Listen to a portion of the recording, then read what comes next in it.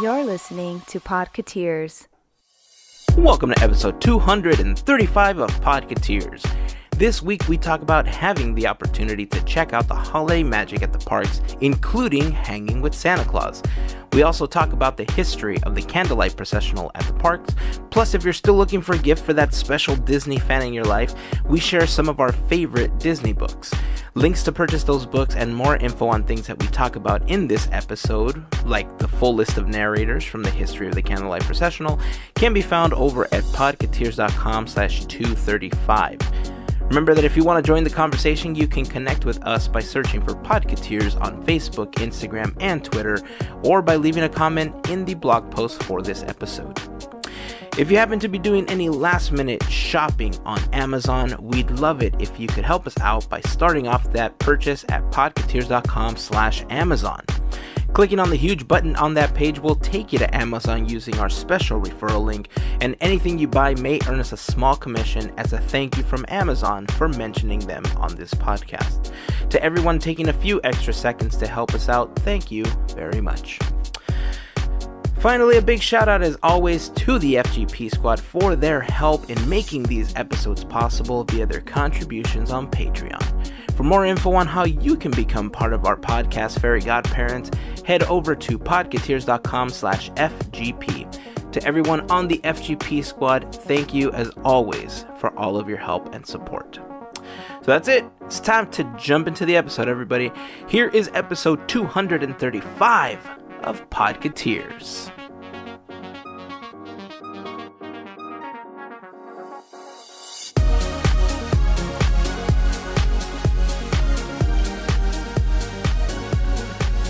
I can still hear the music in my head.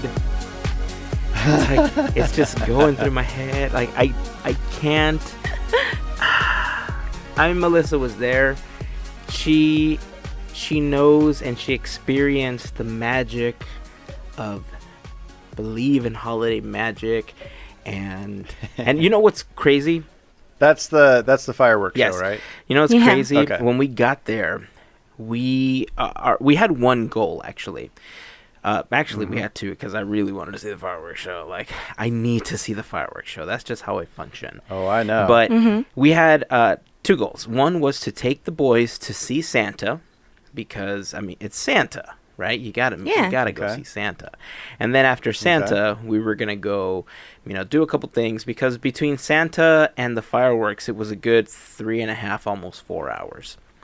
So we figured, okay, we can maybe catch a couple of the shows, Festival of Holidays, maybe get a couple of the food offerings, and then find a good spot to watch the fireworks. And we went and we met Santa, and Melissa and I came to a realization that neither one of us had really gone to see Santa Claus or had taken like a picture with Santa without kids or anything, right? It was just like one of those, hey, let's go see Santa. And it's such a magical experience because you think, Santa's for kids. And then you're and you're like, Santa, it's Santa. Oh my God. Yeah. Oh my God. And it was... Are you serious? No, like, really? Dude, 100%. Just giddy. Just so giddy. That's funny. Well, okay, so set it up for me, because I've never been over there. Like, what do they do that makes it so neat? It's Santa. Well, okay. Well, all right. That's cool, but I mean, do they create like Santa's village over there or something? Or is there some sort of Disney magic that happens? That's kind of a two-part answer, because... All right, lay it on me. I think for us, because of the timing before we went to go meet Santa, we started hearing the jingling of the bells. And in the last episode or so, we were talking about Snowfall by Grizzly River Run. Yes, right. Which I had never seen before, by the way. Oh, see, I still haven't seen it. We weren't there late enough today to see it. Dude. So when that happens, I did a happy dance. I didn't care. And then all of a sudden, I looked to Hazen and Lynette, and I'm like, oh my God, it's going to happen. And they're looking at me like, what? And all of a sudden, we get Snowfall, and it's just like, nice. And I'm laughing because I'm looking at everyone's faces because it is just priceless. Yeah. It was awesome. Great. All of the lighting in that area has that like yellowish like hue to it, right? Mm-hmm. So you start hearing the jingling. They have general music playing, but then you hear the jingle bells start going off. And then the lights go down, and then come these bright white LEDs that just kind of looks like snow. And then, boosh, it begins to snow along the trail. And you're kind of getting this sense of Christmas in the woods, and it's like so magical. It was one of the coolest, unexpected experiences in my Disney life. I knew about it because Melissa talked about it, but I had never experienced it. And just by happenstance, it just began, and it was amazing. Okay, so I can kind of imagine that because I've seen the snow on Main Street now, and so I can kind of get with that, and I understand that. So that leads you into going to see Santa Claus. Yes. So what really made that part of it magical for you guys? Well, one, I haven't met Santa at Disneyland or in DCA, and I want to say, now that I think back at it, because I couldn't remember when was the last time, it's been 20 plus years that I saw him and asked for something, or he asked me, excuse me. I didn't ask him, he asked me. But just that feeling, it just waiting and then having to be in line and just waiting. But there was also a little moment that we had captured, and I held it in because there was a family in front of us that brought a grandmother. Oh, yes. To me, that was like abuelita for myself. Like, to see her like just a couple of minutes with Santa, that just witnessing that was like, oh my God, it was beautiful.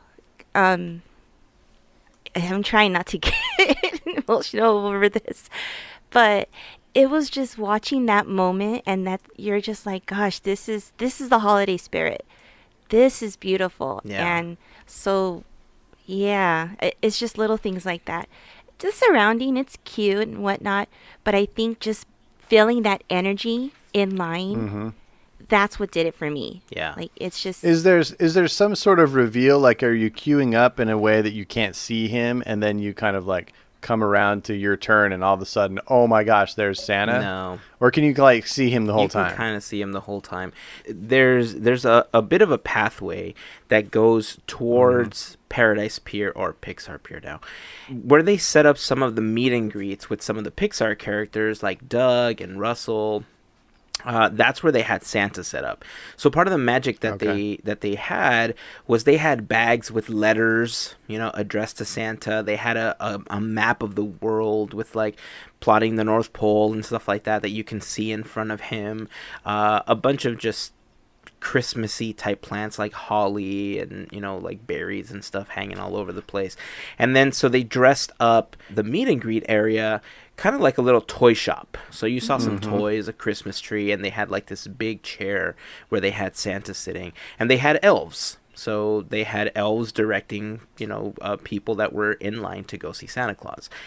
And so that moment that Melissa was talking about earlier, we all saw it, and we all, I think, felt the same thing because, like you said, Melissa, it was the essence of Christmas. And I think that was part of what got me psyched to do it as well, because it's one of those moments where you forget about being an adult for just a moment, and you give yourself wholly to this experience, this magical experience that you're about to encounter, and you just enjoy yourself with this childhood gleefulness that we don't get a chance to experience very often as adults anymore, because once that adulting gene kicks in, like, it's bills and work and blah blah stress, and and there's very few moments that I think that as adults we can just give ourselves wholly, and I think that was one of them. And watching that lady sit there with Santa Claus and sing like a Christmas song with him, and just seeing her smile and just being in the moment, just enjoying what was happening,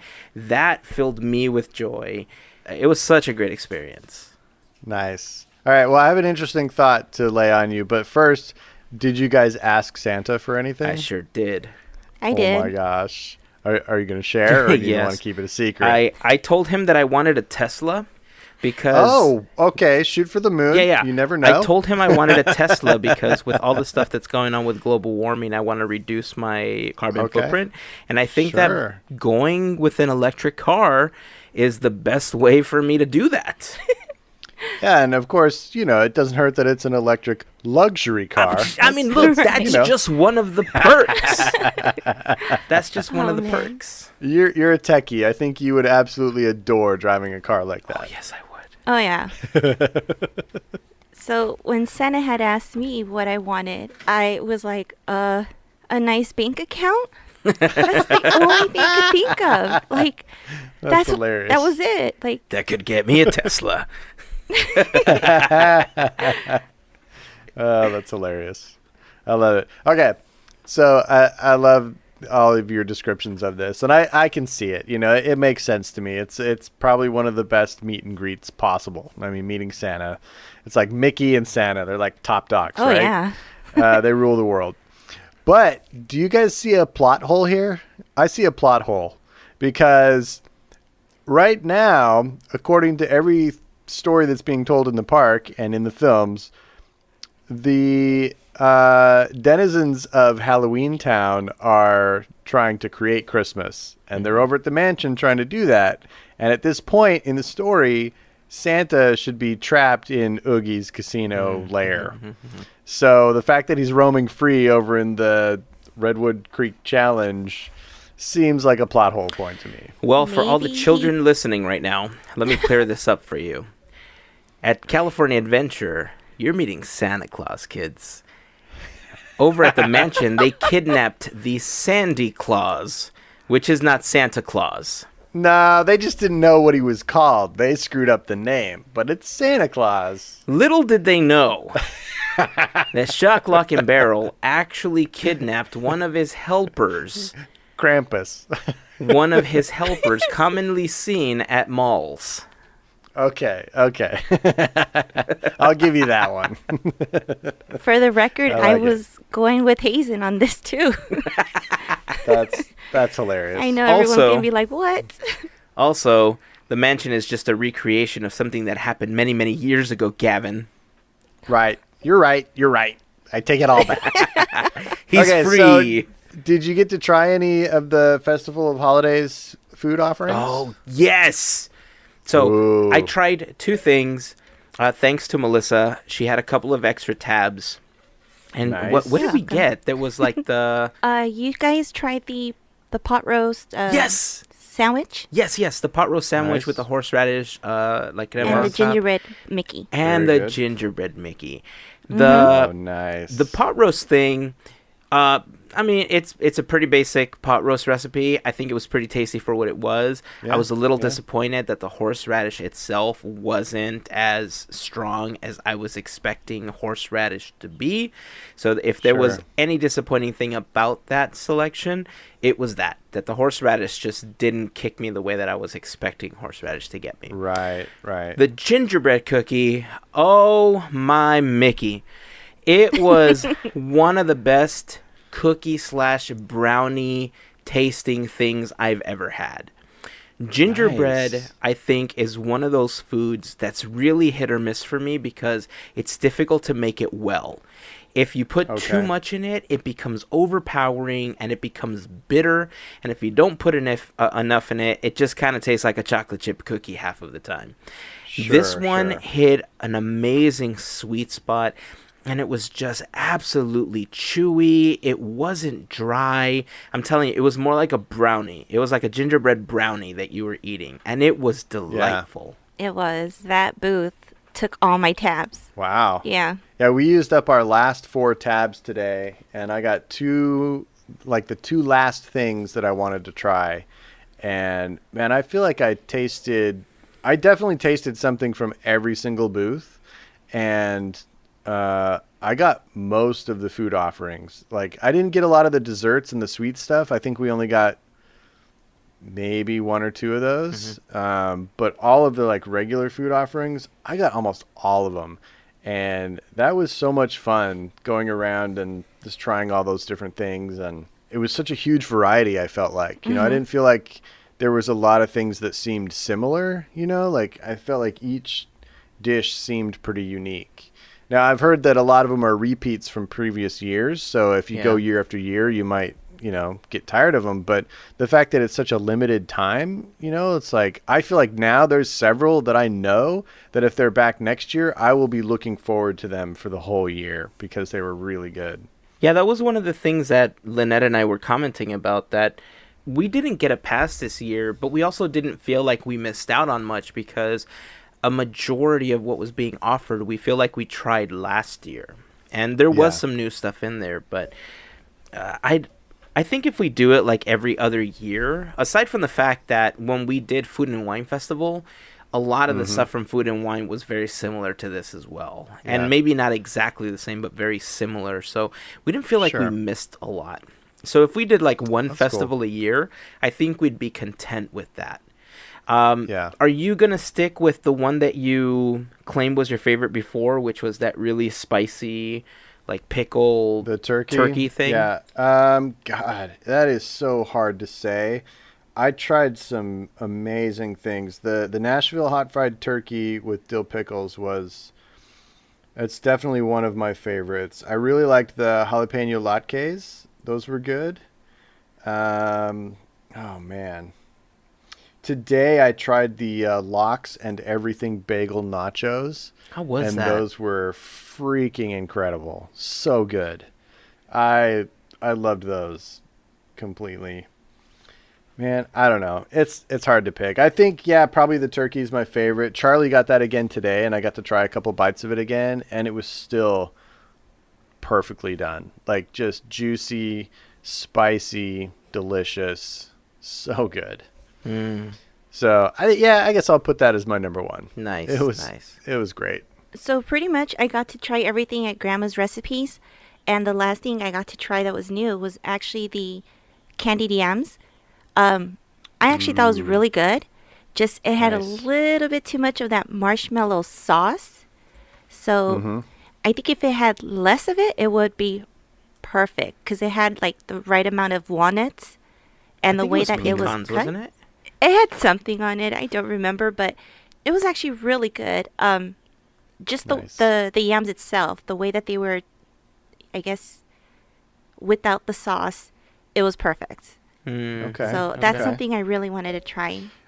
How did you guys feel? Because I remember hearing a lot about the portion sizes and some disappointment from previous food festivals. I felt the portions of pretty much everything I got was really good, actually, this year. Did you guys have the same experience? I did. I mean, yesterday was a meal for me. Yeah. I mean, I can't really speak to it because I really only had that one item. The cookie comes pre-packaged, so I mean the desserts are a different thing. Yeah, than the actual food. But the potato I was roll, impressed. Yeah, I mean the potato roll that came with the pot roast that we got yesterday seemed like a pretty standard size of a type of roll that we would get for any of the other festivals. So I'm not exactly sure what people were experiencing, or if it was with particular foods that they had that with. Yeah. But in general, I mean, I was watching people walk around with their portions and sitting down trying the different things, and it seemed like it was fairly similar to all the other events that they've had like this. Okay. That's cool. I learned something today. The very last day we had tabs, I learned something, and it's a little bit of a pro tip for these things, because if you haven't been to one of these festivals, you're basically walking up to one of these little huts that's strewn throughout DCA, and they're handing you a little like cardboard like plate, like a little trough that they fill the food offering in with, and you kind of just have to walk around with that in your hand and maybe find one of those stand-up tables or some place to kind of sit and eat it for a second. But if you do more than one thing, it kind of gets hard to juggle that and then try to get flatware from one of the dispensers. So you can actually ask them for a tray, and they have these really cool like recycled material cardboard trays that you can request, and it'll fit like 4 of those little food plates on there. And it's super helpful if you're traveling, because like Charlie and I went to spend our 4 tabs. We went all at once, but they were at 4 different booths. So we just went from booth to booth and just kind of filled up our tray. And then we had a nice little tray, and we sat down at a bench, and we just kind of ate it together off the tray. So that is a cool tip. Nice. I hadn't heard about it, and I hadn't seen anybody with them before. So one of the cashiers was just cool enough to mention it because she saw I was already holding one thing. And I was like, great, that is awesome. And I asked them for a tray, and there it was. I wonder if, you mentioned that it was, it looked like recyclable, biodegradable type tray. Uh-huh. I wonder if they don't particularly tell you about it because they're trying to reduce their own carbon footprint along with the straws and some of that other stuff. So maybe it's there if you need it. But they don't necessarily say, we have this, take one with you. Mm-hmm. Yeah. That's fair. That might be the case. So, pro tip, but, use it sparingly. We are trying to save the planet. Here, here. Mm-hmm. Awesome. So, yeah, man, that's pretty much how we spent our time at DCA, aside from watching a performance by an a cappella group by the name of The Sound. And then from there, we went to Disneyland, and we stood... What was it, Melissa? Almost 2 hours in the middle of Main Street waiting for the fireworks? No, about an hour and a half. Hour and a half, maybe? Yeah. Dang. Yeah, I mean... Why so long? Because we wanted to secure our spot in the middle of Main Street. One of our favorite places to watch the fireworks from is just about in front of the Penny Arcade, because from there you get a pretty good visual of the castle, the fireworks above the castle, but you also get the amazing projections that are going all along Main Street. And so pretty much starting with the fireworks show for Disneyland Forever when we were celebrating Disneyland's 60th anniversary, and Pixar Fest, and pretty much everything beyond that now, I feel like that's like the prime spot if you want like a good visual of everything.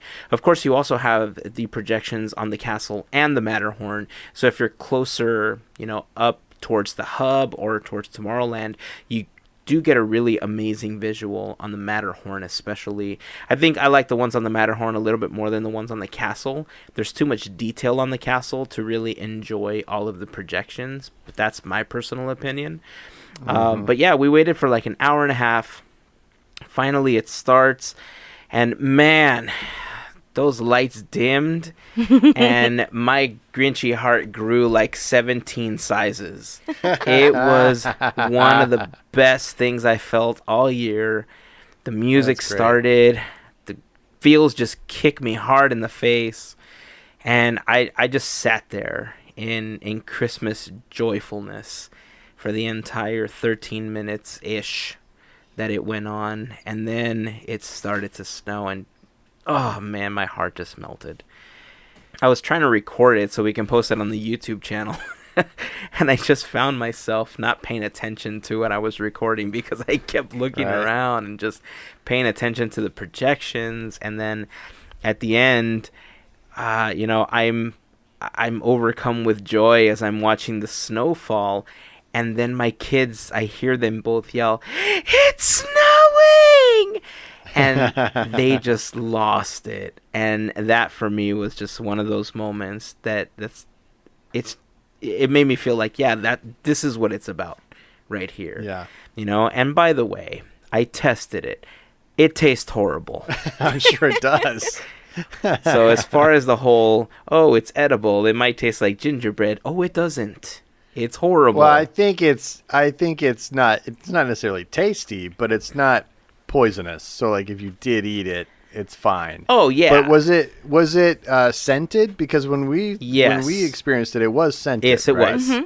It was scented. I did taste it. It tasted like a harsh oil almost. Okay. Like an essential oil almost. Is what it kind of tasted like. Probably what's in there. Yeah, it tasted kind of like an essential oil. So it was very bitter. And I imagine that, like you said, it's not toxic. And so it's safe to eat it if you do eat it. But it's also flavored in such a way that it's meant to retract people from doing that. Right. So if you're going to try it, I mean, heed these words. It's nasty. At your own risk. Yes. It's nasty. Oh, man. So I'm hoping that the video that I shot is, it's okay, because I want to post it on the YouTube channel. After this week, a lot of people are going to be blocked out from going for the rest of the holiday season. And I know that we have some listeners that are not able to make it to the park during the holiday season. So I would love to be able to have the chance to share this piece of Disneyland magic with all of you. So I'm going to be working on that video this week. I'm hoping that by the end of the week, which is a couple of days after this episode launches, it will be up on the YouTube channel. And if it is, I'll make sure to post it on social media so that you guys are aware. We'll post it in the Facebook group. If you guys aren't following us, just search for Podketeers. We are on Instagram, Facebook, Twitter, all the major social networks. Tell your friends. Go subscribe to our YouTube channel, all that good stuff. Make sure that if you subscribe to the YouTube channel, hit the little bell icon for notifications whenever we post new videos, because apparently subscribe just isn't enough. But, I digress. All right. One thing that was super cool while we were waiting in line, and I wanted Melissa to talk a little bit about this, because she was explaining to me some of the changes that recently came to the Disneyland app. But while we were standing there waiting, I saw her walk to Esmeralda. And if you guys don't know, Esmeralda is the fortune teller on Main Street. One of the two fortune tellers, as a matter of fact, on the Disneyland Resort. The other one is Pirate Red at Pieces of 8 in New Orleans Square. Melissa, tell us a little bit about what the changes in the app were and what you experienced. Sure. So in the newest update, there is new interactions with both Esmeralda and, actually, it's Fortune Red. Sorry. Oh, yeah. Thank you for correcting me. So if you guys aren't familiar, you usually would just walk up to them and pay a small fee, which is $0.25 for a fortune card. So now the Disney Play app has made something even better. So all you need is your Bluetooth. Press that you're here to either one, and you start your journey. What's really, really cool is that you pick a card out of 6. So you don't know which story you're going to get. And each story has about, I want to say, 8 chapters. So wow. You pick your chapter, you get your first page, and it's free, and it's printed on the spot. And what's so cool is that in the app itself, it's saved. So you could go back to the story if you lose your card. The one cool thing is that it's each day, it's a free card, but if you wanted to continue, and I saw someone doing this, he was grabbing more and more cards. Like, he wanted to finish this, which is really cool. You would have to pay the $0.25 to continue on and finish your chapters if, let's say, you're not going to come back. But if you're a frequent, guest of the parks, then you could come by every day and just go as you please. Yeah. So wait, I have a question. So if you're just using the app, you get the first card for free, but then to continue, you have to pay. Yes. So if you want to just use the app, you can just come back the next time you're at the park and continue. Yeah, you get one free card per day. Okay. That makes sense. Got it. Okay, I'm on the same page now. So I actually got to try it again with Fortune Red the other time, and it's the same thing. You pick a card, you don't know which one you're getting, and you start your journey from there. And that's cool. It's really, really cool because, you're used to paying your quarters, but dang, I'm digging this. And what's so cool is that these are like old time nostalgia gems, and I love that Disney's giving like new life to them. It's just exciting stuff, and all within the app. I mean, that's awesome. Yeah. I feel like the Disney Play app is like actually functions better than the Disney Parks app. Yeah. I didn't have any issue whatsoever. I have problems with that all the time, but the Disney Play app, I never have any issues with. And it's gotten pretty complicated with all of the interactions and, like, I don't know if you guys have played the Peter Pan game that you play in the queue there. Yeah. Or the Toy Story Midway Mania game. Like, they're really kind of cool. Or Space Mountain is one of the newer ones, which is kind of cool. But yeah, like, I've never had any issues with that app at all. I'm really impressed with it. I like the way it's designed. It's really fun. It's really engaging. I didn't think it was going to be much, but it's a really neat, well-designed app. I like it. Yeah. I mean, I can't speak, obviously, as a developer, right? But if I could take an educated guess as to why the Parks app seems a little clunkier, I think it's primarily because it's loading park data for the entire resort, right? And it sequences what's happening in the park as far as parades and shows according to what time it finds on your device. So it will eliminate certain shows and tell you that certain ones are no longer available, and it'll update throughout the day, depending on what time you launch the app. The Play app doesn't have that problem. It's only launching because you're about to connect to an experience. So there's less that it has to do. So if I could make an educated guess as to why you get that feeling, I would say it's probably because of that. Yeah. Yeah. That makes sense. I get it. I just, it's frustrating sometimes when you're sitting there for 3-4 minutes waiting for the app to recognize you and log in just so you can use your fast pass. So it's a little frustrating. We run into it all the time. I was going to say that one thing that got me thinking about this is that,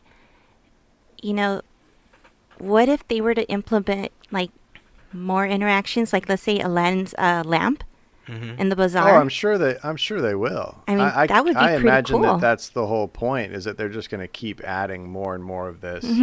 And that's exciting. That's what makes it interesting, is that, it evolves and it grows. And, I'm waiting for the Cars Land something. That's what I'm waiting for, because I feel like that's around the corner. It has to be. Yeah. Especially with long queues like Radiator Springs Racers. There's got to be something. And that'll be the first time I ever get in the standby queue, is just to play that game. I would agree. Right? Yeah, I would agree. Am I the only one that stands in queue? I've never been in the standby queue in Cars. Never once. Whoa. When the land opened, I got a fast pass for my very first ride, and immediately learned that there was a single rider line. I've never done anything else since. There's no reason to stand there for an hour or two. Yeah. And it's always an hour or two. It's never shorter than that. So it's crazy. But I hope more people don't use the single rider line, because it's kind of magical. Well, you just gave it away. I know, right? Today was the very best time ever. We walked into the single rider queue and quite literally walked all the way up to the cast member who put us on a seat. Wow. There was 0 people in the single rider line. Wow. And the wait time for standby was 75 minutes at that time. Oh, wow. It's insanity. Yeah. Absolute insanity. It is a gorgeous queue, though. Oh, heck yeah. I mean, I've seen it and I've looked at pictures, and it's still one of the most wonderfully themed attractions in the entirety of the Disney Parks universe. It's just spectacular, and I never tire of experiencing it. But I've never been super interested in standing in that queue for an hour. Yeah. Yeah, it is something that has to start making its way over here, because when you see some of the cool stuff that's in the queues at Walt Disney World, they really do need to bring some of that interactivity here. And we have a little bit of it, I agree. With Peter Pan, but if it's expanded, it will make the whole process of standing in the lines a little bit easier for everybody, especially kids, man. They're the ones that, as long as you can engage them with some kind of game, less crying, more fun, less frustrated parents. I'm on board for all that. Yeah. Heck yeah. Yeah, I'm excited to try these, because Melissa came back with her second card, and she was showing it to me, and I thought, well, no, don't tell me what the story is. I didn't want to read through it, because I wanted to experience it for myself. If you guys want some screenshots or want to check a little bit about that, head over to podketeers.com. We posted a blog post with some screenshots that Melissa took as she started her journey, with this new interaction with these Disney gems, as she puts it. And it's super fun. Like she mentioned earlier, if you frequent the parks, there's no need to pay the 25 cents. I mean, unless you're impatient. But it gives you something to do every time that you go back. And I think part of the reason that Disney is adding these experiences to the Play app is to give annual pass holders a reason to keep coming back and enjoying yourselves without clouding up the lines. And I think that's really what they're aiming for, especially as we're getting closer to the opening of Galaxy's Edge. So the more of this stuff that appears in the park, the cooler it is. And once they start integrating all of those super cool scavenger hunts that they do, like in Frontierland and everything, into the app, or maybe even the Easter egg hunts, where you don't need to purchase the map. You just kind of do it in the app, and you could still pay a premium for the prize at the end, but you don't necessarily need the paper map. There's a lot of benefits. I know that some people like to collect those, but less paper printed is less paper thrown away in the long run.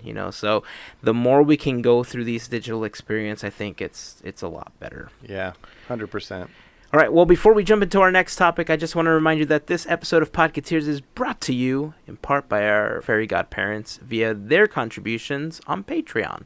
If you would like more information on how you can become part of the FGP Squad, you can do so by heading over to podketeers.com/FGP. You can see a list of our current Fairy Godparents, and you can click on the link to become one yourself. For as little as $1, you can become part of the FGP Squad, but for a contribution of at least $5 monthly, you also get the exclusive Fairy Godparent button as a thank you for your support. Next year, we're just a couple short weeks away from 2019. Birthday shoutouts on our Instagram account, which many of you have possibly seen already, will be exclusive to our Fairy Godparents. And anybody that's currently signed up for the birthday list, you'll still get a birthday shoutout, but it's going to be in our Instagram stories. So if you want to hop on the bandwagon and be part of the FGP Squad, get your birthday shoutout and help us out all at the same time, podketeers.com/FGP. You'll find the link to sign up via Patreon. To all of our Fairy Godparents, we just want to say thank you for your support. All right, so I know last week we talked a little bit about this, and we didn't get a chance to go. When the standby line was happening, I think most of us were at work, and if you get there too late, you're just not going to see it in any capacity, unless you're invited and you're one of the several hundred people that has a chance to sit in a chair to watch it, and that is the Candlelight Processional. The Candlelight Processional, has a very rich history with Disney. It's been going on since the park opened. Gavin, I know you did some research on this. Tell us a little bit about the Candlelight Processional, when it got started, and some of the people that have been involved in the show. Yeah, absolutely. It's a really interesting thing. It's kind of a unique event that happens at Disneyland, and at Disneyland, unlike Disney World, it happens in a very limited way. And, kind of like you mentioned, it's pretty much an invite only to be an actual attendee of the event. As I understand it, you could probably see it from afar if you're there on that day and you want to stand around Main Street. I don't know if you can actually get any good views of it or not in that capacity, but as I understand it, you really kind of have to get an invitation. You have to be a Club 33 member. You have to know somebody. You have to work for Disney, yada, yada, yada. If you're lucky enough to be in Disney World during the holidays, though, they do it like every night at Epcot, like a couple times. And it's like, you can get a dining package. You can see it out there. So it's really weird that it's so exclusive here. But like you said, there is a long history to this event, and its roots actually go, like you said, all the way back to the very first holiday season at Disneyland in 1955. And it was that year that the guy who kind of created what we know now of the Candlelight Processional at Disneyland, his name was Dr. Charles C. Hurt, and he is of USC. He was the choir director for USC for like a long time. And he basically just directed a group of 12 Dickens carolers around the park that year. And, it kind of got a lot of traction, and it was one of the more popular holiday items that was there. So over the next few years, it just kind of grew and grew and grew. So that first year, the carolers kind of sang throughout the parks, and then they would sing at the Main Street Bandstand, which no longer exists. That's kind of where the Fantasy Fair area is now. Those of you who remember the bandstand, it was kind of a cool little gazebo type bandstand. But it kind of fell out of use after a while. So what they do there now is a little more useful. But so that's kind of where it started, and they were joined by some local choirs, and it kind of turned into an exciting little moment. And Dr. Hurt realized that people were excited about this and just tried to grow it from year to year. And so basically the next year it grew a little bit, and then by 1957 he had the idea that it could be even bigger, and it just kept getting more massive and more massive.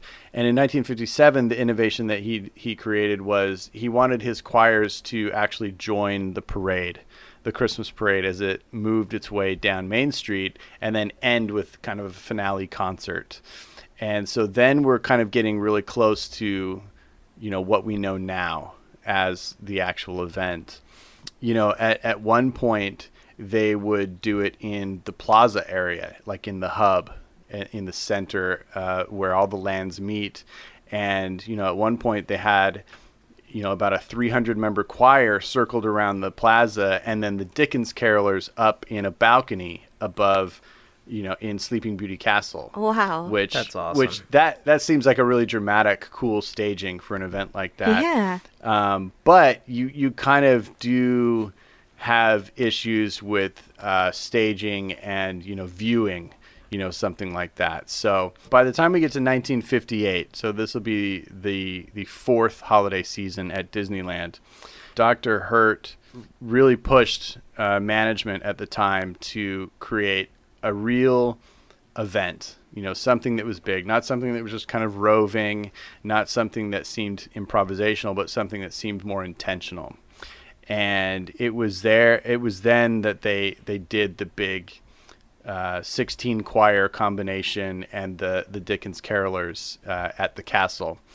And it kind of had its pros and cons, and like I said, it was a little tricky to organize in that area. So by the time we get to 1960, they had moved it back to Town Square, and that's when they began the long tradition of singing on the steps of the train station. And there they can do a lot more staging. They can, have all the risers that they need for the choirs, and they can really make a production out of it. And that is the first year that we kind of have the event that we would recognize as what we see today.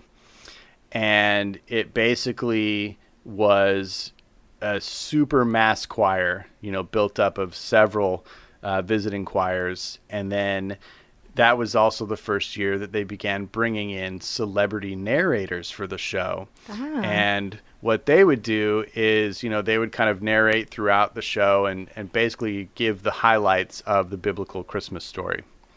And so that very first year, an actor named Dennis Morgan was the very first celebrity narrator. I'm personally not very familiar with who Dennis Morgan is. He was a name I'd never heard of before, but he was kind of the first one to kick it off. Basically, ever since 1960, every year they've had a celebrity narrator. So there's this epic list of people who've gotten to MC this event, basically, which I would think would be kind of an honor. I don't know. I don't know if, so. Yeah, I don't know how many of them do, or if it's just a gig where they get paid. I don't know, but I think that would be an amazing little highlight on your career to me. But that year, they also instituted one of the coolest things, and I've seen it in pictures before, and obviously I've never been to the ceremony before to see it live, but I've seen it in pictures, and it's what they call the living Christmas tree. And in the center of the stage, they have this conical shaped riser, and they have a choir wrapped around it in the shape of a Christmas tree, which is awesome. Yeah. Like, that is so cool. And I would love to see that live. And, it was basically kicked off in that first year, and they've continued it ever since. And what's interesting is that now, today, and I think it's since 1982, that spot is reserved for the Disney employee choir, which is kind of cool. I didn't even know there was a Disney employee choir, but apparently there is. Yeah. So anytime you see pictures of it, that's, since then, those are all Disney employees in that little honored spot, which I think is kind of cool. It's interesting that, the thing just kind of grew and grew and grew really rapidly over those first 4 years, because this choir director with this vision, Dr. Hurt, saw the potential of it and grew it to be this massive, massive thing, to where the show typically contains 300 chorus members now, which that's a massive choir, right? Yeah. And that's a lot of voices coming at you, and it would be really powerful. So it's really cool. And I love that it's, one of 1,000 stories within the Disney, legend that is somebody has a vision and enough people in charge recognize, hey, this guy's got a vision. Let's back him up and let's make it happen. And let's create some magic. And that's what they did. And it's so successful that it continues today. And ever since the very first holiday season in Disney World, they've been doing it there too. So it's in both resorts every year and has been from the beginning. And it's really cool that there's a tradition like that. There are things that they do there every day that a lot of people don't take notice of. Like today, we happened to catch the flag retreat ceremony, which, happens there every day. And it's such a cool tradition that has gone on since the beginning. And this is no exception. I think it's interesting that it's a little exclusive at Disneyland. Like, it's not something that everybody can partake in because they do it in such a limited amount of time, and it's kind of invitation only. But it's also fascinating to me that something like that could grow so big in the way that it did, because I think today the idea of a choir is a little bit of an old-fashioned idea, right? Yeah. I don't feel like, a lot of people are growing up, I'm going to be a choir singer, like that's the coolest thing ever. And I think it's helpful to put a little context to it. So I did a little research on choirs, especially the history of choir music in the middle of the 20th century. At that time, there was such a resurgence in the popularity of choral music that, there were some very famous American choirs at that time that were actually on the charts, right? On the music charts. Oh, wow. So, yeah. Wow. So probably the most famous and respected choir of that era was the Robert Shaw Chorale. They sang everything from Bach pieces to Broadway. And, in 1957, their Christmas album was certified gold. So, that's the era of Elvis Presley's Christmas album and, Frank Sinatra and all those, classic Christmas albums. They were right there with them, but we don't hear it today because choir music isn't super popular. The other one, which kind of has a, familiarity to me, is the Mormon Tabernacle Choir, obviously of the Mormon Church in Salt Lake City. And they're a massive choir. And they've actually been around since the 1840s. So there's a long, long tradition there. Well, they've toured, right? Yeah, they've toured all over the world. I think that's why I've heard about them, because they would appear frequently in the holiday seasons, at different theaters around the area. Right, yeah. And, they were hugely popular, especially in the mid-20th century. They earned a Grammy in the 1950s. Whoa. They were the choir that performed on the national broadcast that was honoring the passing of John F. Kennedy in 1963. They were the choir that sang at that national broadcast, right? So choir music was really big in the 40s, 50s, and 60s in America. And so it kind of makes sense why people were just flipping out over this, event at Disneyland and why it grew so fast. It makes a lot of sense. And, it just got such a solid footing and became a tradition that it maintains itself today. It persists. And I think that's really interesting to kind of see, how something like that comes to be. Because, again, I think if a choir program was invented by somebody and presented to Disneyland today, for like, I don't know, let's just say 4th of July, they'd be like, I don't know about that, because choir music isn't, something kids are going out and buying CDs for. Sorry, that dated myself. Kids aren't downloading or streaming, choir albums right now. Nobody buys CDs anymore except us old people. I think it's really interesting, and I would like to see it. What do you guys think? Is that something you guys definitely want to see? Is it on your bucket list of Disney things? 200%. Really? I've done it. I've actually camped out once. Oh, you have? Yeah. Okay, cool. What was your experience? The camping out takes a lot because you have to wait. I mean, I was there rope drop, and we were in the same spot. You couldn't really move, so it was kind of uncomfortable. But watching everything was worth it then. Would I do it again? No. I have been fortunate enough to be invited once when they had the cast member raffle, and I was invited to go in. And that, because we sat at the very front, but we were at the end, I want to say. Mm-hmm. It's really neat, and it could kind of get emotional because you're just watching and you're feeling this energy. Mm-hmm. Everything from the choirs to even the trumpeters at the very top. Yeah. Gosh, I don't remember. It's like the fanfare style trumpets, yes. Right? Yeah. Yes. That's awesome. But you could kind of get a spot if you were there a few hours before. Granted, you're going to be a little behind or a little in the back, but to see it from afar, you kind of get that big picture. So I would encourage that. It's just there's so many trees in the center of town square now. I was about to mention that. Very difficult, right? To see through that. Yeah, and especially the big Christmas tree. So if you're in the center behind the square, there's no way. Yeah. Unless you have extra vision. An experience. Who was the narrator that year? For sure, one of them was Gary Sinise. Oh, nice. Which was like Lieutenant Dan is just telling me the story. Or Lieutenant Dan. Yeah. I don't remember who the other one was. I can't remember at this time.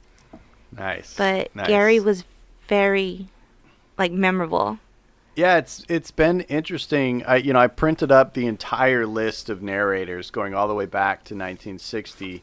I don't know if it's worth reading the whole thing, but I mean, there's been a lot of really big names. I mean, James Earl Jones, Cary Grant, Dick Van Dyke, John Wayne, Jimmy Stewart.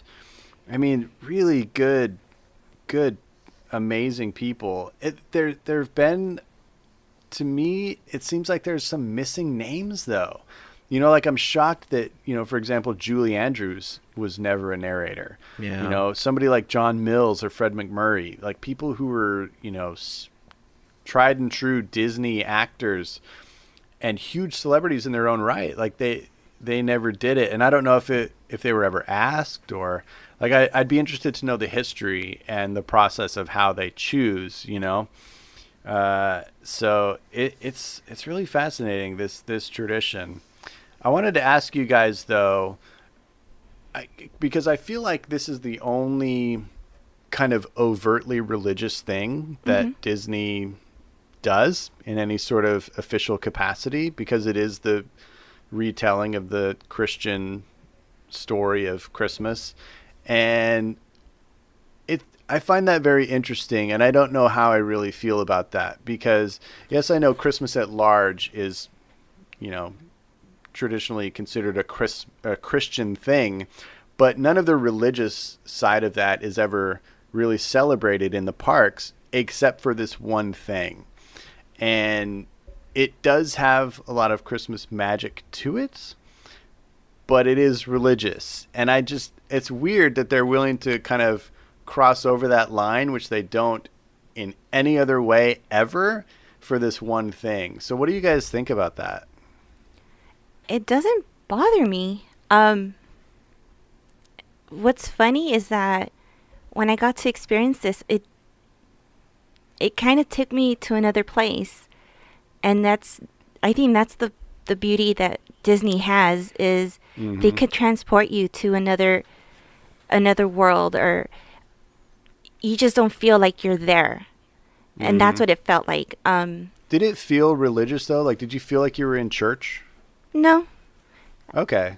That's what I was wondering. Like, if it just kind of felt like, oh, this turned into church. I think it was because I'm at Disneyland. I think that's what it is. So it's like, it's a different feeling. But yeah, no, I didn't feel like I was gonna, get communion or anything like that. No. Yeah, that's an interesting question because I've actually thought about that myself. I've seen videos that people have posted and little snippets here and there of some of the narrators. I think each one of them puts a little twist of themselves into how they read it. And that in itself, I think, is enough to separate it from that churchy vibe that it might give off. Because in sermons or in, church readings, they tend to be very monotonic, and this is nothing like that. And so as they're reading it, they're putting a little bit of life into it. You have the choir, you have the instruments, and the ambiance of the park, the people around you. And there's I want to say that part of the reason that, and I could be completely wrong, but I feel like part of the reason that it's as exclusive as it is at Disneyland is partly to protect what Walt really enjoyed about it. Because as far as I know, this was one of Walt's favorite traditions. It's one of the very few things left that Walt did or enjoyed in the park. And who's to say how long it will continue? Right? Sure. Because I think we do live in a world with such diversity. The Festival of Holidays not only talks about the other traditions, but they offer food, performances from different cultures, and that's how they're kind of balancing it out. Right. Good point. I actually had a question for you, Gavin. On the list, was there anybody that we would familiarize with, like, Disney films? Like voice actors? Yeah, sure. So Buddy Ebsen's on there. That would be Scuttle from Little Mermaid. James Earl Jones. Vader. Mufasa. Come on, Mufasa I know first. Both. I know. No, but Vader too. David Ogden Stiers. Oh, okay. Cogsworth. Yeah. Man, Mufasa reading the story of Christmas. Obviously, Kurt Russell, who was the voice of, he acted in a million Disney films, but in the animation realm, he was the voice of Todd. Those are the only ones that I can say right off the bat. Jennifer Goodwin. Oh, okay. Judy Hopps, she's on there. So yeah, I mean they had a lot of people who did voices for the films. There's a lot of people who acted in Disney live action films. But really, the vast majority of it is just Hollywood celebrities. And I find that really interesting. It's kind of cool. That would kind of tell me that it is seen as an honor to do it because, Cary Grant never did a Disney thing in his life. But he did the Disneyland Candlelight Processional. So I wonder if there's an additional tie-in, like that person happened to receive their star on the Hollywood Walk of Fame that year. Maybe. Oh. I mean, we can kind of discredit that immediately because Chris Pratt did it this year and he ain't got no star. Well, okay. Meeting adjourned. There we go. So besides, it's not whether or not they deserve a star, it's whether or not they can pony up the dough to buy one. True that. There you go. True that. I'm sure Chris Pratt can. Yeah. So I was wondering because I didn't know the list, and I was like thinking, I'm like, man, what if Ed Wynn had done the reading? I mean, that's like the Mad Hatter is reading it to you. That'd be amazing, right? That'd be so great. Like some of those people have such distinctive voices, like Pat Carroll. Like she just speaks and she is Ursula. It's crazy. I agree. That'd be cool. Yeah. Oh, well, you know what? Let's post that question out to our listeners. I don't know how many of you have had the opportunity to watch the Candlelight Processional, whether at Disneyland or Walt Disney World, but if there's an actor or voice actor out there that you think would do extremely well at this reading, join the conversation over on Facebook, Instagram, Twitter, or in the blog post for this episode over at podketeers.com/235. Tell us who you think would be really good at this and why. What iconic role have they done that, would just lead you to believe that it would just be amazing to listen to them narrate for the Candlelight Processional. We'd love to hear your thoughts and share them on an upcoming episode. Can I throw a name out there? Tony Stark? Oh my God. That's why I couldn't stop laughing. Oh my God. Yes. It would be credited as Robert Downey Jr. Of course. Because Tony Stark's not a real thing. I would have to, if I knew that was going to happen, I would have to rope drop wait for that. That's hilarious. Oh, yeah. I do want to say that there is the women on this list are in the vast minority. So we need to get more women involved in this. For sure. Yeah. Well, you know what? We'll take that list and we'll post it in the blog post for the episode if you guys want to check out the entire list. I know we mentioned some of the names in the episode, but again, podketeers.com/235 if you want to take a look at the list. It's a pretty cool list to see. And the fact that so many people from the Marvel Universe these last 3 years have been involved. And by so many, I mean 3. I mean, you got Chris, and Chris. It'll be cool to see who comes up next. RDJ. Rocket! Just throwing it out there. So. Okay, I gotta stop. All right. The final thing we want to talk about in this episode is, with Christmas coming up in a couple of weeks, if you are in a mad dash to find a last-minute gift for that Disney fan in your life and you just don't know what to get them, we thought we would share some of our favorite Disney books with you that we just think are shelf-worthy and are read-worthy because they have such an amazing impact on you, on Disney culture, or they tell an amazing story. So Melissa, let's start with you. And I don't want these to be in any particular order because ranking books is just one of the hardest things that you can do because they all bring such different things to the table. I know that's against everything Gavin is built upon, but I think this list, especially for the listeners, because it's a Christmas thing, let's do them in no particular order. And if you guys want to go back and take a look at the list that we each compiled, and if you want links to Amazon, we're going to post them in the blog post for the episode so that if you do want to purchase them, we would love it if you use our link to purchase them. But without further ado, let's go on. So Melissa, what's your first choice? All right. Can I have a little disclaimer? Because this is pretty much a given. Any Walt biography would be great. And the reason I say is because I couldn't put that in my list, but just throwing it out there. Yeah. Is there a specific one that you want to... Actually, I know you said any, but one in particular? Yeah. The one that I would recommend, because I have it on Audible and I still listen to it, is Walt Disney, The Triumph of the American Imagination. Yeah. That one's like one of my favorite ones, but that's I think everyone should have one. I need to add that to my library too. I still, and I know this is going to shock people probably, maybe, I don't know. I've never read a Walt biography. Like I've never done. I've watched a million documentaries, but I've never read one of his biographies. And there's like 6 that I consider like must reads, and I just have not gotten around to them. Wow, that's so interesting. I really do. I know. Yeah. It's kind of embarrassing, but I just announced it to the world, so whatever. So Neil Gabler's book, which is the one Melissa's talking about, Walt Disney, The Triumph of the American Imagination, I've probably heard it on Audible about 4 times through.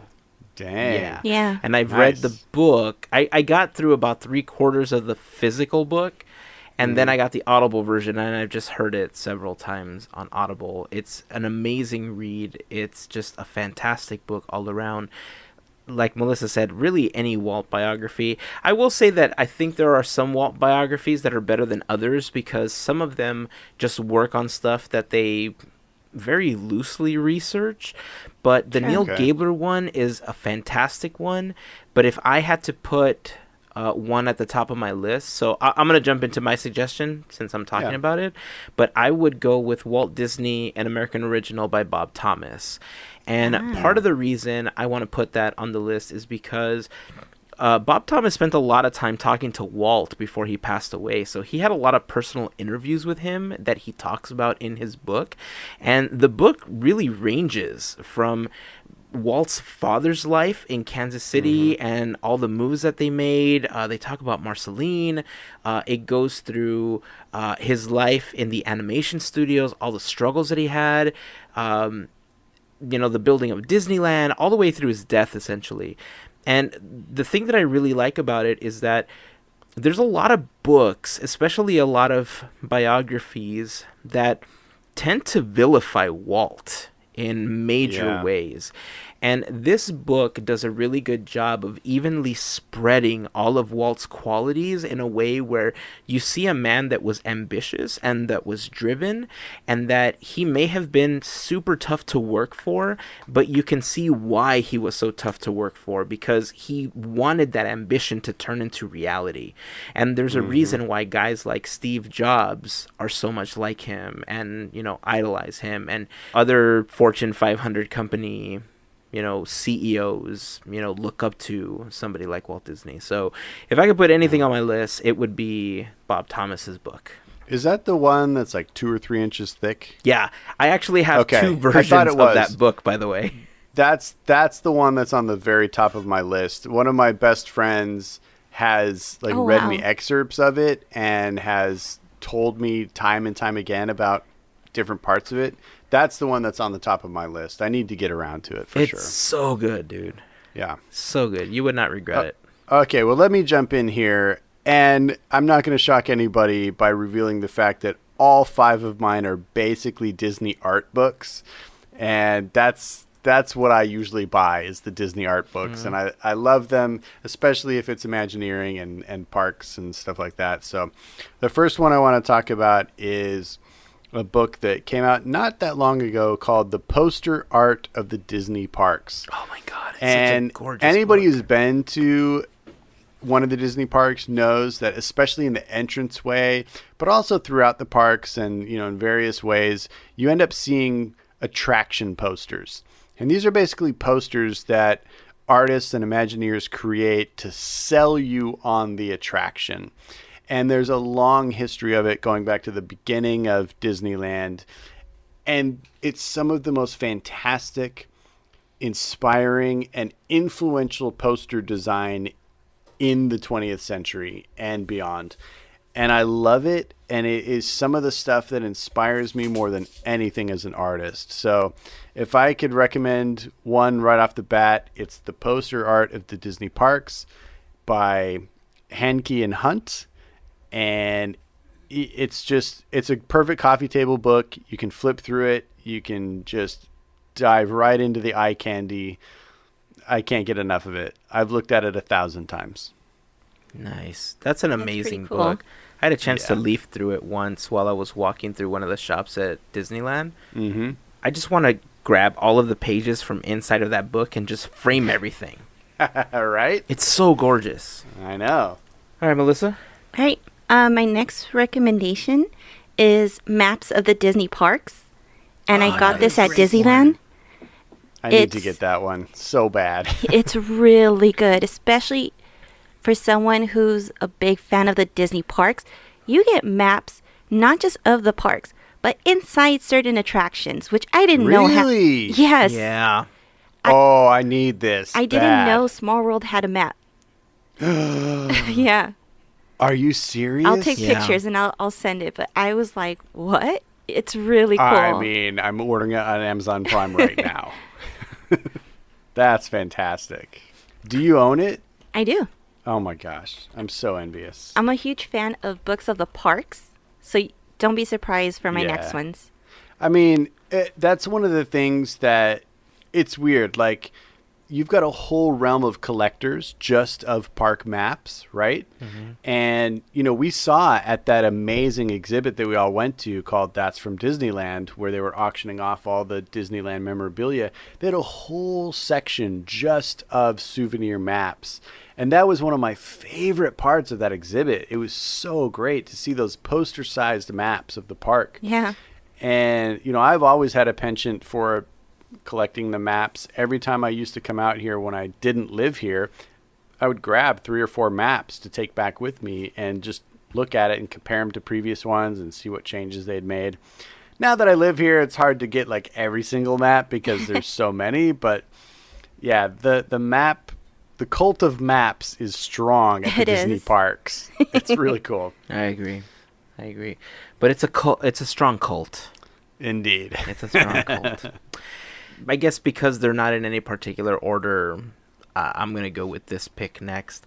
If you guys are new to the podcast, you probably haven't heard me talk about this in the past, but I come from a semi-animation background because when I was going to school, my dream was to work at Pixar. I wanted to do 3D animation, and I had to take a lot of character development classes and a lot of traditional animation classes. And one of the best books that you can get for that is a tome written by Ollie Johnston and Frank Thomas called Disney Animation, The Illusion of Life. And I know that book. It is just the best reference library that you will ever get for just knowing all of the techniques. And I mean, a lot of the Disney animators that work in the studios now, it was basically required reading for all of them. Yeah. And unless you know that book fairly well front to back, you really can't be a Disney animator. So if you know somebody that loves animation or wants to be an animator, whether it's digital or not, the principles that you learn in this book can be applied to any type of animation. So that is my next pick. It is Disney Animation, The Illusion of Life. Nice. Fantastic book, man. That's one that I've always wanted in my collection, and I just haven't gotten. God, great pick. So good. All right, so on that note, so that's a good transition to my next one. I'm going to pay tribute to my favorite Disney animation artist. He wasn't an animator, but he was an artist on the films, and that's Mr. Ivan Earl.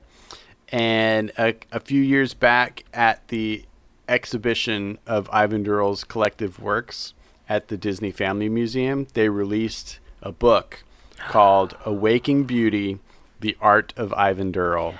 And it's basically a catalog of, highlights of his career, and then especially all of the work that he did for Disney and, how it contributed to the canon of Disney films. And Ivan Earl is one of the artists that inspires me as much as any other artist in history. He is such an amazing stylist, an incredible colorist. His unique way of presenting things is magical. If you don't know who Ivan Earl is, he is the person that gave Sleeping Beauty, the film, its look. So all of that cool fantasy, crazy architecture and the landscapes and all of the texturing and the colors and the contrast, that's all Ivan Earl. So if you like how freaking beautiful that movie is, you will like Ivan Earl. And I highly recommend that book. It's amazing. He is hands down my favorite Disney artist. And that's saying something because there are some heavy hitters that have worked for Disney. Oh, yeah. And he's my top. So Awaking Beauty is what it's called. Wow. I may need that book. It's so good. I think they were talking about it at the D23 Expo the last time the expo was here. It might have been, yeah. I endorsed that book as well. The guy was ahead of his time. Like a lot of his paintings, you would think were almost computer rendered. Yeah. It's just so talented. I can't say enough, so I won't. Such a good pick, man. All right. So my next book recommendation is by Liz Broswell, and it's a whole new world, a twisted tale. And this book, I mean, I've heard of them, but I finally got a chance to read it. And this is based off Aladdin, but the twist of it makes it dark. And I love what they did with the book. They took the film, they took Aladdin, and they started it. And you actually get to learn a little bit of his childhood, which is cool, and I'm not going to say anything. But they take parts of the film which you thought, wait, this happens later. No, it happens right after. And then it overlaps. So let's just say Jafar's in charge of it. It could be dark. So don't expect a happy ending. That's what I'm saying. But this is why I'm a fan of it. And I actually want to read more of these books. So it's a series of books that kind of take a twist on Disney movies? There's a Mulan. There's a Ursula. But it's a different set. I could be confused. But there are a couple books by this author. And she does a great job because she takes whatever's in the film and puts it so you could kind of see the film as you're reading it. Oh, wow. Okay. Yeah. So would you say it's kind of like the Maleficent movie where it kind of tells you the story but kind of from a different perspective? No. Is because it like Maleficent Wicked? was different. I know it's not Disney, but is it like Wicked? I've never seen Wicked. Oh, okay. Then scratch Don't kill that me. part. Don't tell my I think wife it stays true to the film, but you have okay. your twists to it. Got it. It sounds Very like it might interesting. be kind of like Wicked. Because Wicked is essentially telling you the story of the Wizard of Oz. I know this isn't Disney, guys. It's basically telling you the story of the Wizard of Oz, but through Elphaba's eyes, the Wicked Witch. Oh. So everything that happens is exactly the same. It's just you're seeing, everything from her side of the story. Yeah. Or what was written by, the author. But anyway, I know it's not Disney. I know. Well, let's get back to it. Sorry. No, I'm the one that veered this train off the rail. So, okay. So my next book is sort of a companion book to The Illusion of Life, and you talked about Ivan Earl, being one of your favorite animators or painters for the Disney company. One of the guys that is very expressive with Disney villains, especially, that I really like reading all of his stuff and seeing what he does, is Andreas Deja. Yes. And Andreas Deja recently wrote a book called The Nine Old Men, Lessons, Techniques, and Inspiration from Disney's Great Animators.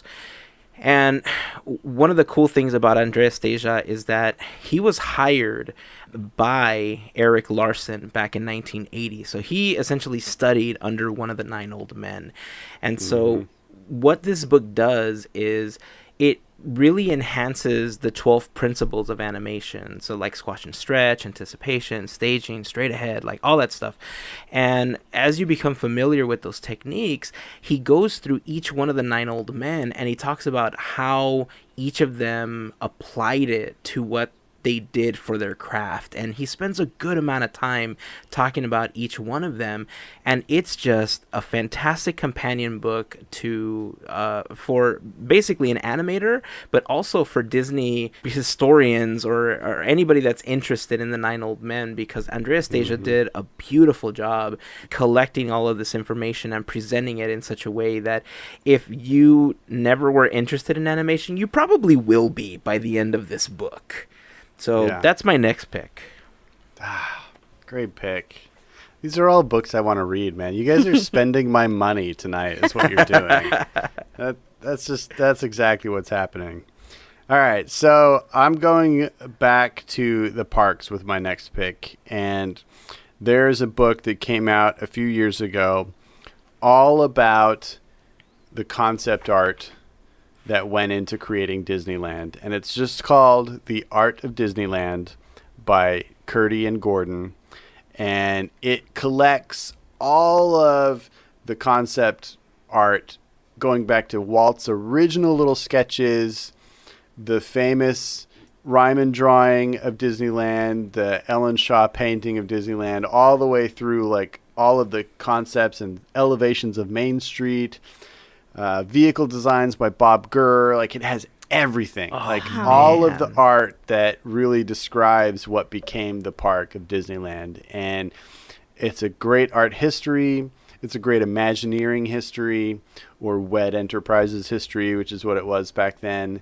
And it's beautifully collected, beautifully printed. It's a wonderful book. And if you love Disneyland especially, but really any Disney park, it's the origin of what we all love, and it's great. I love it.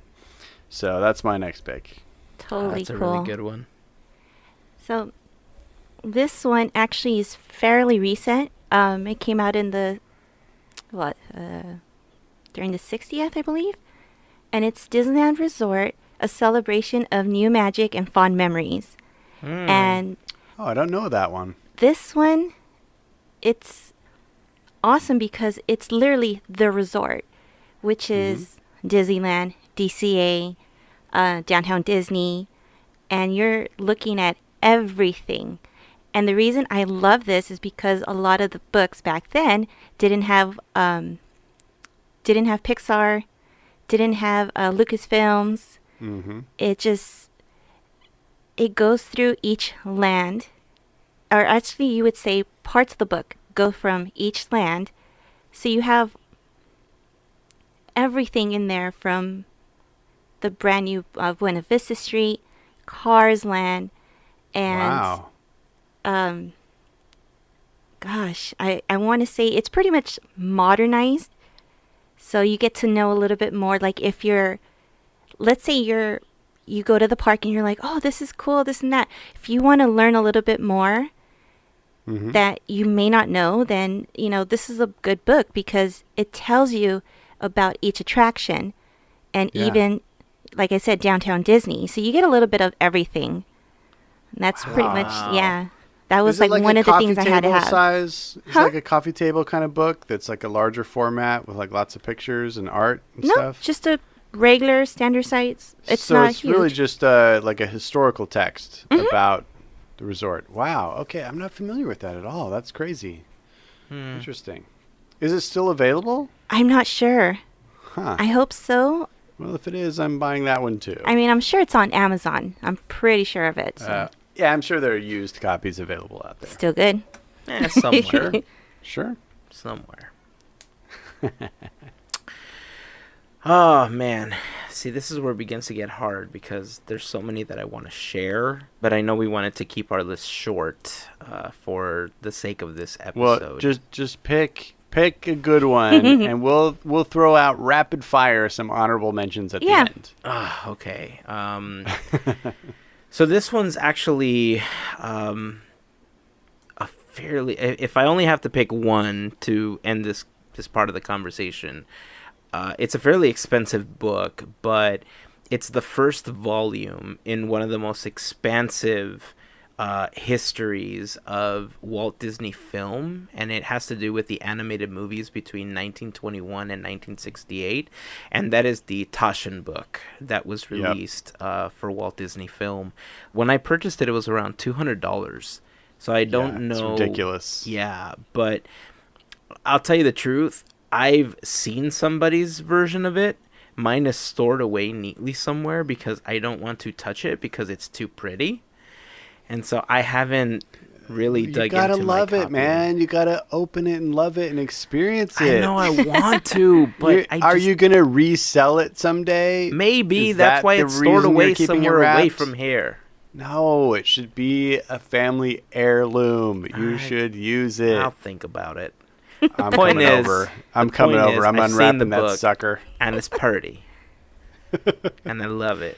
I envy it. It's an amazing piece of literature. Indeed. All right, so my next pick is basically two picks in one. So the Imagineers released a book, I think a couple decades ago, called Walt Disney Imagineering. And it was basically this book that cataloged their history of Imagineering in the parks around the world up to that time, which I think when it came out was around the early 90s. And then they came out with a volume 2 about 8 years ago now, that cataloged the further adventures of the Imagineers, basically. And so there's 2 volumes of it. They're both just called Walt Disney Imagineering. And they basically give you an overview with tons of concept art and schematics and pictures and all of the creativity that they have at their fingertips to create the Disney parks. And it goes all the way from Disneyland to Shanghai, and it's incredible. It's such a great visual resource to see what Imagineering does, to see, little sketches to full concept paintings to the realized park or land or attraction. It's absolutely fascinating. It is the stuff that has always been the driving inspiration for me as a Disney fan. I've always loved the animation. I've always loved the live action films. I've always loved the music of Disney.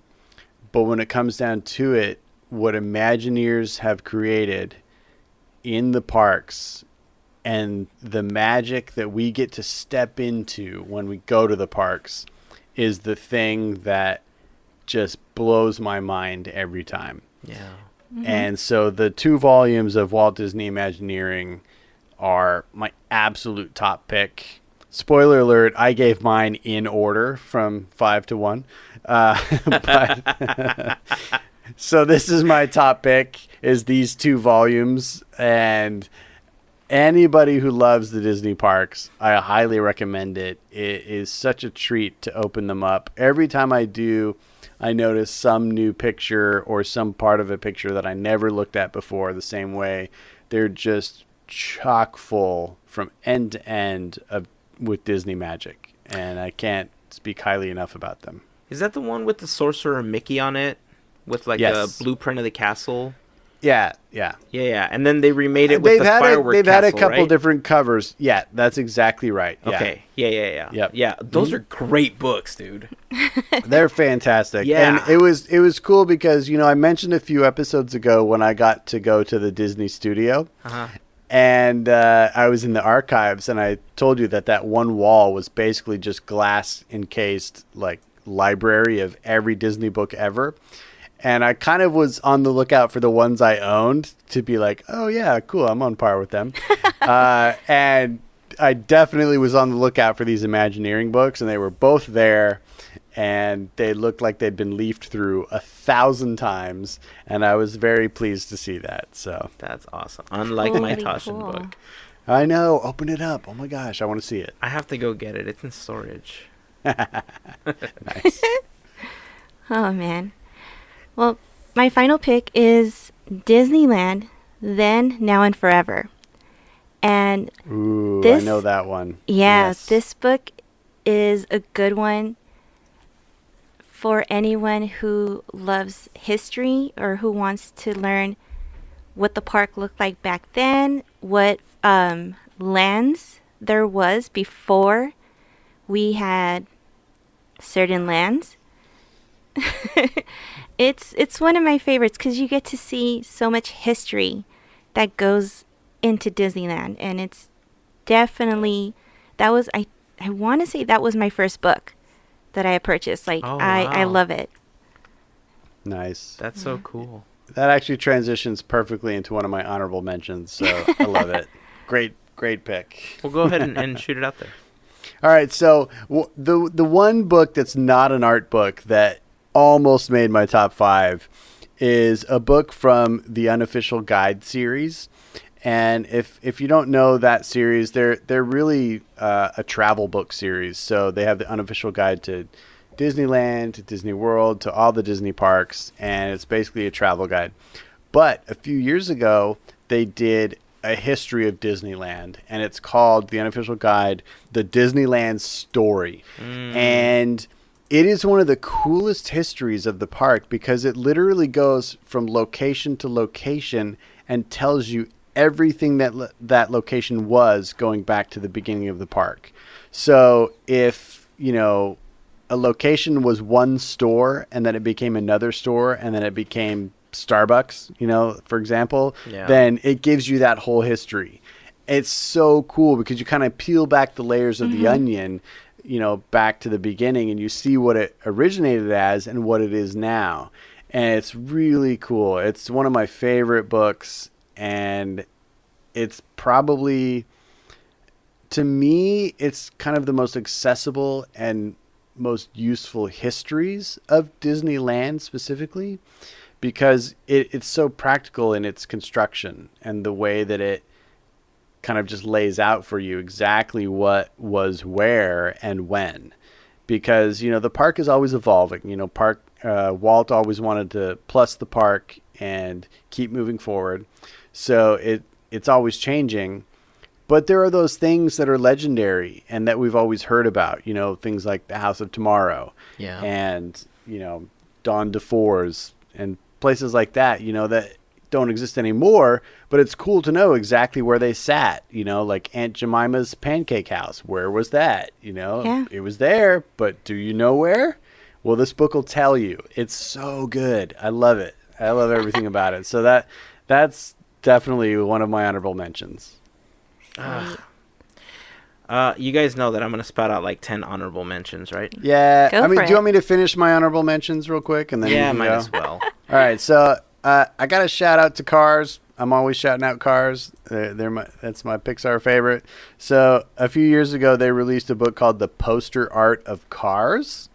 And if you're a huge Cars fan, you're probably a huge fan of design and like graphic design and advertising design, because that's a huge undercurrent to that whole franchise. It's just the beautiful design work. And they collected a book that has all of the posters from the movies, from the attractions, from everything in the Cars universe, which is a lot. And it's just page after page of amazing poster art. So that's one. And then there's an Imagineering book that came out probably 10 to 15 years ago called The Disney Mountains, Imagineering at its Peak. And it is a book totally focused just on Disney mountains. That's cool. I've heard of it. Amazing. It's so good. So it's got the breakdown of everything from Matterhorn to Expedition Everest, everything. It's great. That's awesome. Yeah. Melissa, before I jump into mine, do you have any honorable mentions you want to throw out there? Yeah, I have one, because I want this one and I haven't gotten it yet.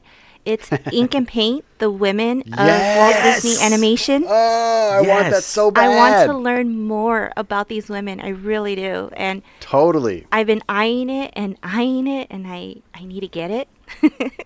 Yeah. Yes. That was on my short list. I was going to say that I have some honorable mentions and then a couple that I want to get. And that's on my wish list for books that I want to get. The latest one that I just got that I'm super excited to dive into is actually a book by Don Hahn and Tracy Miller Zarnicki, I think is how you say it. But it's called Before Ever After, The Lost Lectures of Walt Disney's Animation Studio. It's super cool because it chronicles what Walt went through when he went and he picked Don Graham from the Chouinard Institute to go and give lectures to all of these animators to really get them started on this track that would essentially become the basis of all animation going forward. And those lecture notes are just fantastic. I had a chance to leaf through the book before I purchased it. I'm super excited to read through that one. The other one I want to mention is Creativity Inc. by Ed Catmull. It's one of the best compendiums that talks about how Pixar was built and the philosophy behind it and just kind of the inner workings of a company and the culture of Pixar. Our buddy Jeff Bayham, he has the unauthorized story of Walt Disney's Haunted Mansion.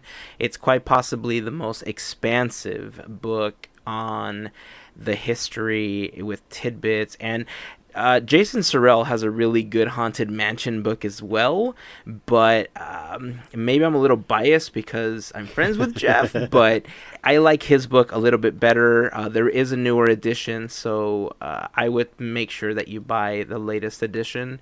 And then it's kind of a combo because, I really like how things work backstage. Not just Imagineering, but when you talk about one of the primary people that ran Imagineering, you think of Marty Sklar.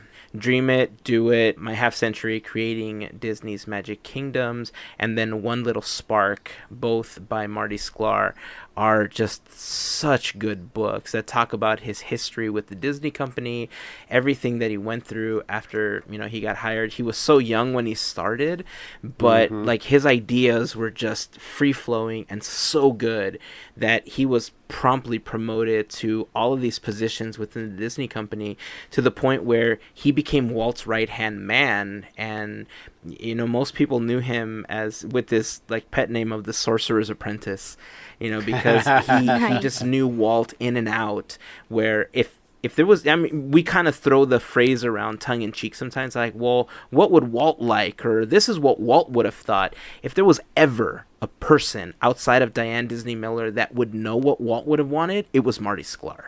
You're right.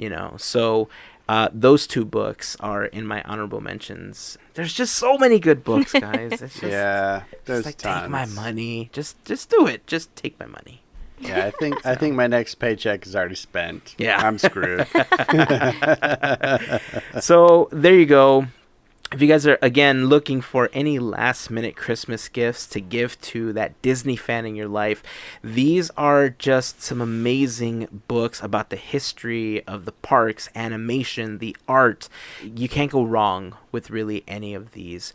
If you are interested in purchasing them, links to purchase these books will be available in the blog post for the episode, podketeers.com/235.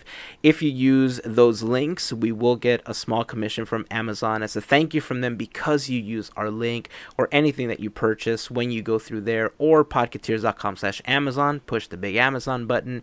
To everyone that's taken the time to do that, thank you guys very much. We truly appreciate that added support.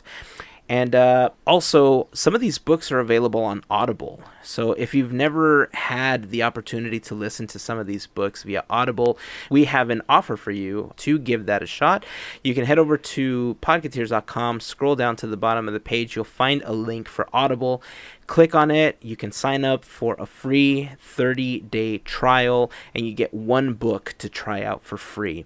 If you decide to keep it, there's a very low fee, and you get credits to get new books on a monthly basis.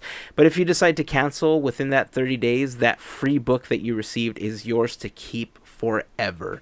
So if you want to go with Melissa's first pick, which was Walt Disney, The Triumph of the American Imagination, that is a book that I own on Audible and I've listened to several times, over the last couple of years. Ed Catmull's book, Creativity Inc., is on there, and so many others. You can't go wrong with any of them. If you're mowing the lawn, washing dishes, you're just relaxing on the couch, and the possibilities are endless. But if you just want to rest your eyes, listen to the story, let them do the reading for you, and let your ears do the semi-reading-ish task. So give it a shot. And that's it, guys. That is going to wrap it up for this episode. Man, that was fun. I want so many books now. It's ridiculous. I know. But I also want to go back to Disneyland and enjoy Christmas before I'm blocked out. That would be a good thing to do. Yeah. That would be a good thing to do. I can't do that right now, but enjoy, sir. Enjoy. I would like to, yes. All right. So that is going to wrap it up for this episode, everyone.